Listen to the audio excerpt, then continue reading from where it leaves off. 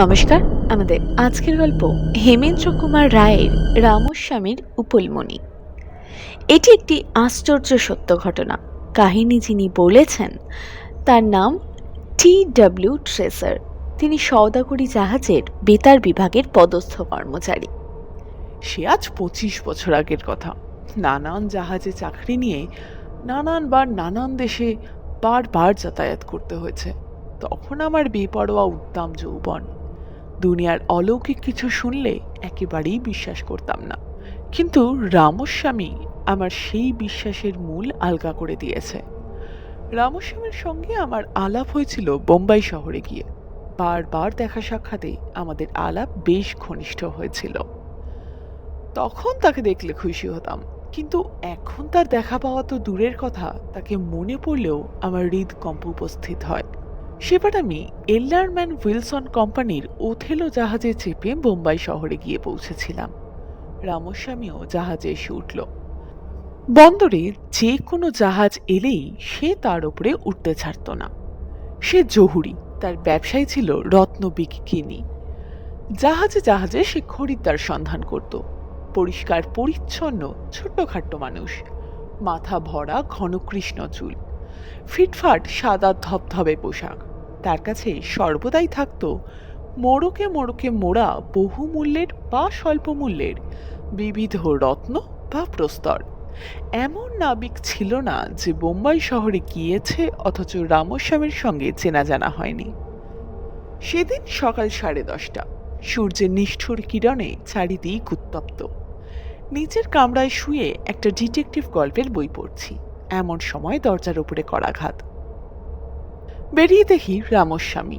একমুখ হেসে বলল, কিছু কিনবেন? বলেই পকেট থেকে বার করে ফেলল গোটা কয়েক মোড়ক। বললাম, যা কেনার আগেই কিনেছি, আজ আর কিছু না। বেশ, তাই সই। তবে একটা অনুরোধ, একটা কাগজ দিতে পারেন? প্যাড থেকে একটা কাগজ টেনে নিয়ে তাকে দিলাম। আমার সামনে 3টে মোড়ক রেখে দিয়ে একটা ময়লা ও কিছু ছেঁড়া মোড়ক নিয়ে রামস্বামী আমার দেওয়া সেই কাগজখানার ওপর উপুর করে ধরল। ঝরঝর করে ঝরে পড়ল একরাশ টুকরো টুকরো হিরে, গুনতিতে 100 খানেকের কম না। আমার দিকে পেছন ফিরে সেই হিরেগুলো বেছে বেছে গুছিয়ে রাখতে লাগলো। আমি একটা মোড়ক কৌতূহলী হয়ে খুলে ফেললাম। তার ভেতরে রয়েছে 3টে চমৎকার উপলমণি। তার মধ্যে বিশেষ করে একটা হচ্ছে যার বর্ণাই সুন্দর। উপলের এমন বৈচিত্র্য আর কখনো দেখা যায়নি। মনে এমন দুর্মতি জাগলো যে কিছুতেই লোভ সামলাতে পারলাম না। উপলখানা সরিয়ে ফেললাম। জীবনে সেই আমার প্রথম এবং শেষ চুরি। কিছুই আন্দাজ করতে না পেরে রামস্বামী তার মালপত্র নিয়ে বিদায় গ্রহণ করলো। আমিও হাঁপ ছেড়ে বাঁচলাম। পরদিনই আমাদের জাহাজ বোম্বাই ছাড়ল। পরপর 7 সপ্তাহ কেটে গেল সমুদ্রের ওপরেই। প্রতিদিনই মুগ্ধ চোখে উপলখানা দেখি আর নাড়াচাড়া করি। তারপর বিলাতে গিয়ে উপলখানা মাকে উপহার দিলাম। মা সেখানা পদকের মতো কণ্ঠদেশে ধারণ করলেন। কিছুদিন পরেই রামস্বামীর কাছ থেকে একটা টেলিগ্রাম পেলাম। সে লিখেছে, সাহেব, দয়া করে উপলখানা ডাকে ফেরত পাঠাও, না হলে তোমার অনিষ্ট হবে। মনে মনে ভীত হয়েও আমি দোষ মানলাম না। জবাবে জানালাম, উপাল আমি পাইনি, এটা তোমার মনের ভুল। উত্তরে তার আর কোনো তার এলো না দেখে আমি হাঁপ ছেড়ে বাঁচলাম। কিছুদিন পরে আমাদের জাহাজ আবার আলেকজান্দ্রিয়া, সুয়েজ ও এডেন হয়ে বোম্বাই বন্দরে গিয়ে নোঙর ফেলল। তার পরদিনই যা ভয় করেছিলাম তাই। বেলা তখন 10টা। আমার কামরায় করাঘাত। কম্পিত স্বরে বললাম, ভেতরে এসো। রামস্বামী ঘরে ঢুকলো। তার চেহারা দেখি আমার চমক লাগলো। তার মাথার চুল উস্কো খুস্কো, তার পোশাক ময়লা, তার তামাটে ত্বকের ভেতর থেকে ফুটে উঠেছে কেমন যেন একটা ভয়াবহ পাণ্ডু বর্ণ, এবং তার চোখ দুটো বসে গিয়েছে ভেতর দিকে। সবিষয়ে জিজ্ঞাসা করলুম, রামস্বামী, কি হয়েছে তোমার? আমার প্রশ্নের জবাব না দিয়ে সে বলল, সাহেব, দয়া করে উপলখানা ফিরিয়ে দিন। ওটা বিক্রির জন্য নয়, ওটা আমার নিজস্ব জিনিস।